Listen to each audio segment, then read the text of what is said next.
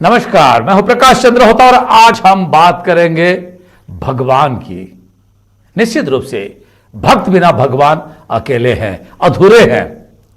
कपाट बंद है, लॉकडाउन है और लॉकडाउन के चलते, तालाबंदी के चलते भीड़ नहीं हो, कोरोना से लोग बचे, इसीलिए सरकार ने निर्णय लिया है कि मंदिरों के और साथ साथ सारे धार्मिक जितने भी अनुष्ठान है सबको बंद रखा जाए। पर कब तक? क्या जिस तरह से बाजार खुले गए हैं, जिस तरह से आम जिंदगी को नॉर्मलाइज करने की उसका कोशिश हो रही है, क्या मंदिर का पट भी खुलना चाहिए? भक्त को अपने भगवान से संवाद करने की फिर से मौका मिलना चाहिए। आज इसी विषय पर महाबहस है। हमारे साथ तीन बहुत ही बढ़िया और बहुत महत्वपूर्ण व्यक्तित्व है। हमारे साथ है छत्तीसगढ़ के दूधाधारी मठ के महंत महामंडलेश्वर महंत राजश्री राम सुंदर दास जी। बहुत बहुत स्वागत है आपका महंत जी। साथ ही हमारे साथ है धर्मलाल कौशिक जी, नेता प्रतिपक्ष है, बीजेपी के बड़े नेता हैं। साथ ही राम अवतार तिवारी है, जाने माने पत्रकार है, वरिष्ठ राजनीतिक विश्लेषक है और पैनी नजर रहती है डेवलपमेंट पे, किन खबरों को क्या स्वरूप हो रहा है। तीनों मेहमानों का बहुत बहुत स्वागत है। सबसे मैं चर्चा की शुरुआत करूंगा धर्मलाल कौशिक जी से। कौशिक जी, आखिर मंदिरों को, धार्मिक अनुष्ठानों को बंद रखने की क्यों निर्णय लिया गया और कब तक इसको खोलने की उम्मीद की जा सकती है? सबसे पहले मैं आपको धन्यवाद देना चाहता हूं इस महत्वपूर्ण विषय में चर्चा के लिए, और इसके साथ में मेरी आवाज़ पहुंच रही होगी महंत राम सुंदर दास जी को मैं प्रणाम करता हूं। रामोतर जी हमारे बीच में है, मैं उनको भी प्रणाम करता हूं। हमारे श्रोताओं को मैं नमस्कार करता हूं। आपने बहुत सही समय पर ये प्रश्न उठाए हैं।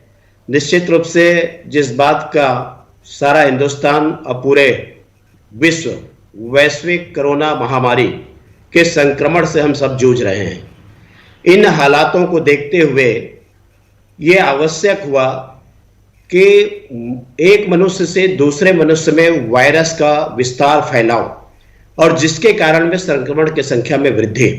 इसके कारण में जब लॉकडाउन प्रारंभ हुआ तो इस लॉकडाउन में बाजार से लेकर के, उद्योग धंधे से लेकर के, मंदिर से लेकर मस्जिद, गुरुद्वारा से लेकर के सब उसमें प्रतिबंध लगाए गए।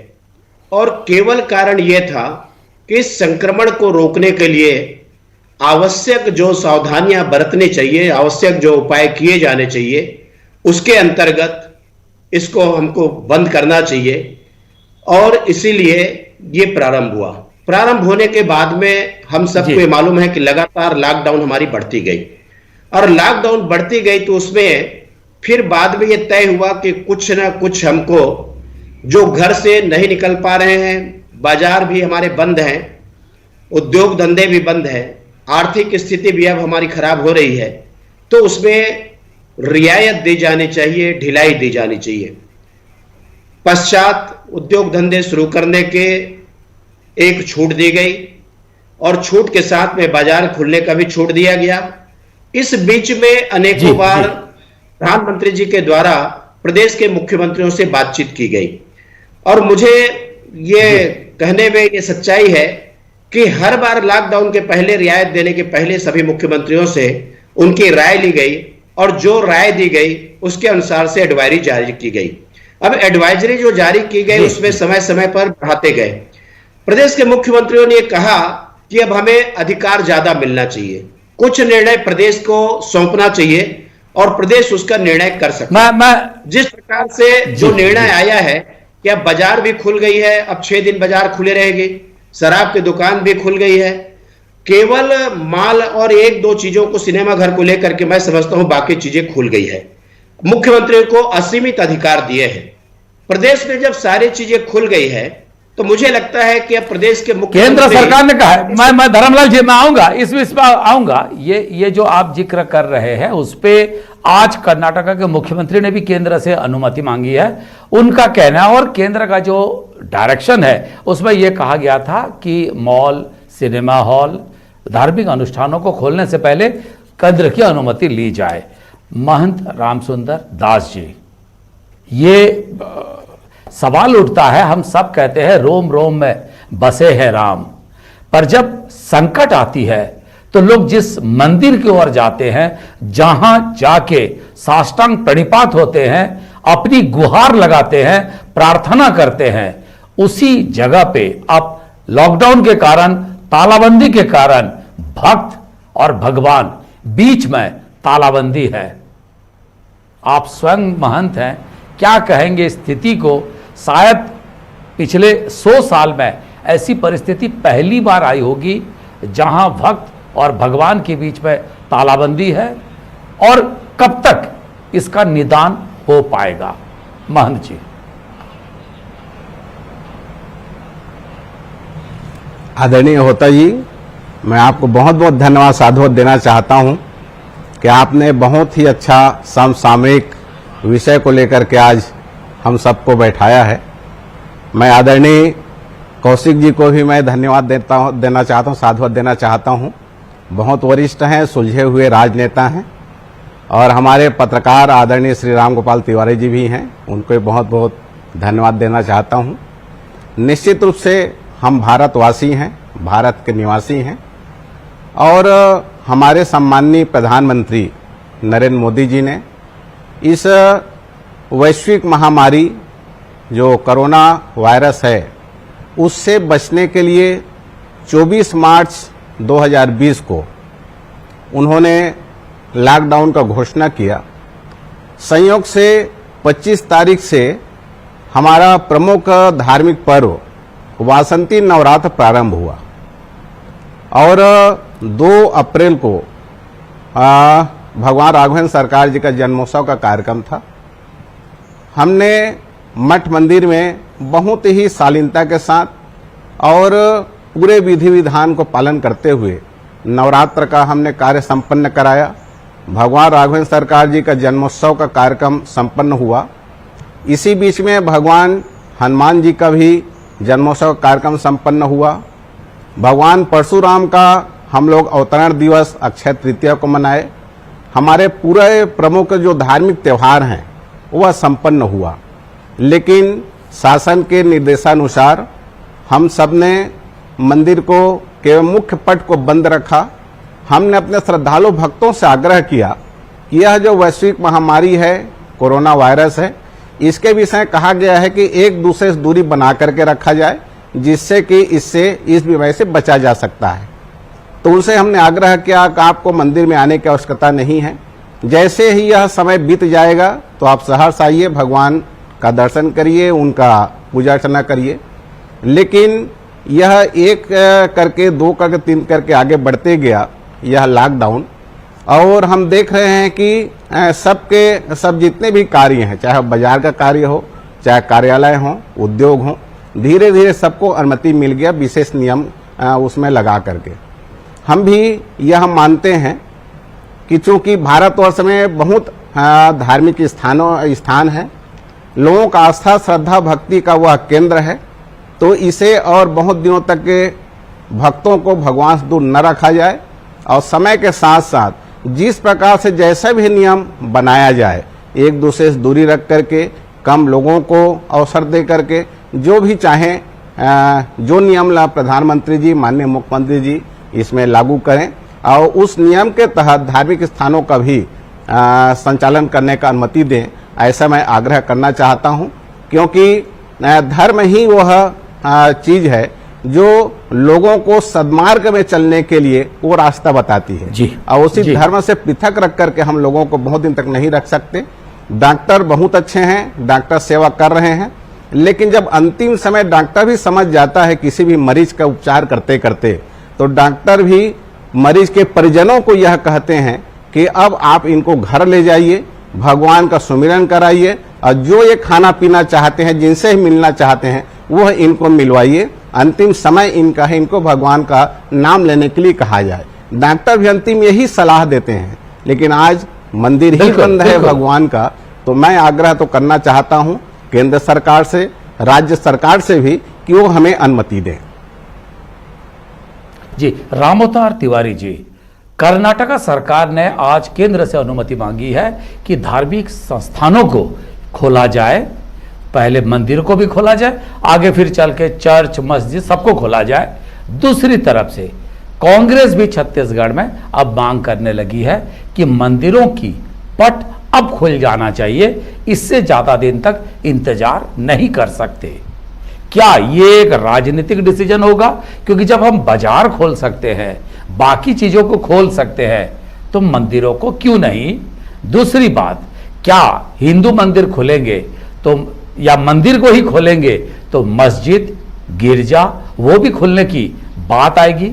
इसीलिए थोड़ा भीड़ कैसे नियंत्रित होगा उसको लेकर संशय की स्थिति है, इसीलिए नहीं खोला जा रहा है। रामोतार तिवारी जी।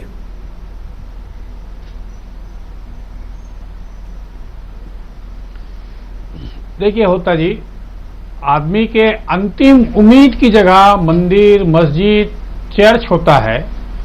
इन जगहों में आज वैश्विक पूरा विश्व में संकट छाया है। इस संकट के समय मंदिर, मस्जिद, सभी धार्मिक स्थलों को खोला जाना चाहिए। जब आप शराब दुकान खोल सकते हैं, बाजार खोल सकते हैं, तो मंदिर क्यों नहीं खोल सकते? मंदिर में तो आदमी ऐसे आज डिप्रेशन में है। आदमी एक बड़ी संख्या में सर्वे आया है कि डिप्रेशन के समय कौन काम आते हैं? भगवान। आज भगवान के पास जाके शांति मिलती है। तो जिन जगहों में शांति मिलती है, जिन जगहों में अनुशासन मिलता है, जहां पे हमें बल मिलता है, आत्मबल, ऐसे जगह को खोलना चाहिए। जब आप शराब दुकान खोल रहे हैं, जब आप पूरे बाजार में कोई नियम कानून जो बनाए गए हैं उन नियम कानून का पालन नहीं हो रहा है, तब आप धार्मिक स्थलों के लिए मंदिर में जो अनुशासित तरीके से हमारे धर्मगुरु हैं उनको आप आत्मबल बढ़ाइए। उनको कहिए कि आप ठीक है, अपने मंदिर के हर मंदिर एक दिशा निर्देश निकाल ले कि भाई उस मंदिर में 100 से ज्यादा लोग नहीं जाएंगे, टोकन पद्धति हो जाएगी, वहां पर इतने से इतने घंटे खुलेंगे। उसकी एक प्रक्रिया करिए, जैसे शासकीय दफ्तरों की प्रक्रिया है, जैसे आपने बाजार की व्यवस्था कर दी है, वैसे मंदिर के सोसाइटियों को, उनके ट्रस्ट को उनसे अनुरोध करिए, उनसे मीटिंग करिए और ये मंदिर खोला जाना चाहिए। मंदिर को बंद होने से आज जो लोग रोजगार बंद है, उद्योग बंद है, तो एक बड़े संख्या में लोग बेरोजगार हो रहे हैं, उनके सामने आर्थिक संकट पैदा हो रही है। ऐसे स्थितियों में आदमी को शांति और उचित मार्गदर्शन मंदिर, मस्जिद, गुरुद्वारा से मिलता है। कौशिक जी, कौशिक जी, एक जी कौशिक जी, चाहे मंदिर हो चाहे, ठीक है कौशिक जी, मेरा 2 सवाल है। इन बातों पे एक बात निष्कर्ष निकल रही है कि जो मंदिरों से जुड़े हुए लोग हैं, पहले मंदिरों को गांव के लोग देते थे, जिससे उनका परिवार का, पुजारी के मंदिर से जो पुजारी होता है उसका भरण पोषण हो जाता था, परिवार चलता था। आर्थिक मंदी है, लोगों को बंद कर दिया गया मंदिर जाने के लिए, धार्मिक अनुष्ठानों में जाने के लिए। पुजारी का क्या हाल है? एक दूसरी बात है, जब बाजार में हम ऑड इवन और कई फॉर्मूला के साथ जब बाजार खोल सकते हैं, दफ्तर खोल सकते हैं, बाकी दुकानें खोल सकते हैं, फिर देवालयों को क्यों इस कानून से बाहर रखा गया है? कौशिक जी।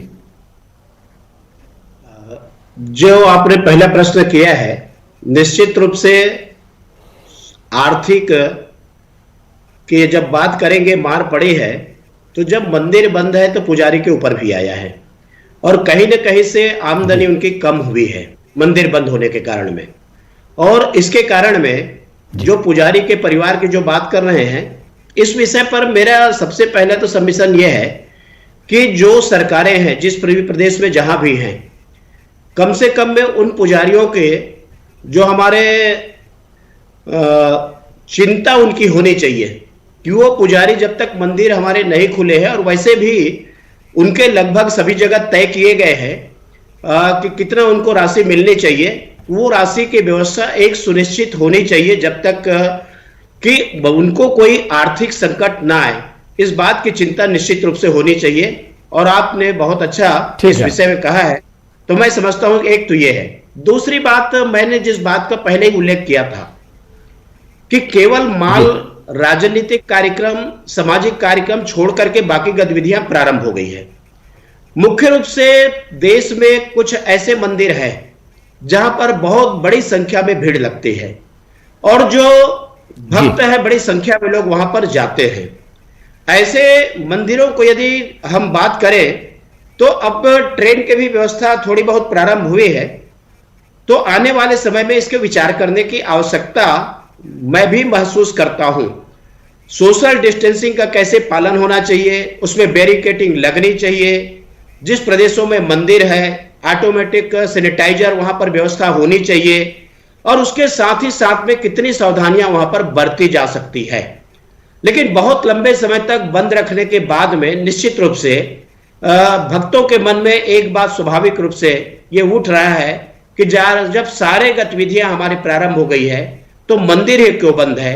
और जब मंदिर की बात आती है तो मंदिर तक हमें सीमित नहीं रहना है। जब आप मंदिर खोलेंगे तो मस्जिद भी खुलेगी, आपके गिरजाघर भी खुलेंगे, गुरुद्वारा भी खुलेंगे और सारी जो व्यवस्था की जो बात है, बीच में आपको मालूम होगा जो एक दिक्कत आई थी और उस दिक्कत के कारण में पूरे हिंदुस्तान में जो कोरोना का विस्तार हुआ था और विस्तार के कारण में बहुत सारे लोग आज भुगत रहे हैं। उनका चेहरा बार बार टीवी में दिखाया जाता है कि आखिर वो इसके कारण क्यों उन्होंने किया। नहीं, और ये जो बात कौशिक जी, अगर कुछ लोग गलती किए, कौशिक जी कुछ लोग अगर गलती किए उसका सजा पूरे समाज को तो नहीं दिया जा सकता। मैंने इसीलिए कहा है कि अभी सामाजिक कार्यक्रम बंद है, राजनीतिक कार्यक्रम बंद है, जहां पर भीड़ एकत्रित की जाती हो बंद है। लेकिन उसके बाद भी मैं बोल रहा हूं कि आने वाले समय में इस पर विचार होनी चाहिए। बहुत लंबे समय तक कपट बंद रहने से लोगों के मन में, अब बद्रीनाथ केदारनाथ की भी जब बात आती है, रामेश्वरम की बात आती है, लोगों के मन में उत्सुकता है जाएंगे, तो मुझे लगता है कि आने वाले समय में इस पर विचार होना चाहिए। और विचार होने के बाद में महंत जी उसके नियम कायदा कानून जैसे बाकी चीजों के बनाई गई है उतने ही सावधानियां अभी भी बरतने की आवश्यकता है। एकदम ओपन ना करके उसको सुचारू रूप से संचालन व्यवस्थित कैसे कर सके उस पर जी बिल्कुल मिल करके उसको निर्णय करें। महंत जी, मेरा एक राजनीतिक सवाल है आपकी अनुमति से। क्या आप बीजेपी काल में, बीजेपी जब केंद्र में सत्ता पे हो तब 2 महीने 3 महीने से मंदिर बंद हो जाए, महामारी का तो कभी कोई नहीं सोच सकता, परिस्थिति पे मैं सोच सकता हूं, पर कभी आपके मानस पटल में ये बात आई थी क्या कि बीजेपी सत्ता पे रहते हुए मंदिर के कपाट बंद हो किन्हीं कारण से, यह संभव हो सकता था क्या?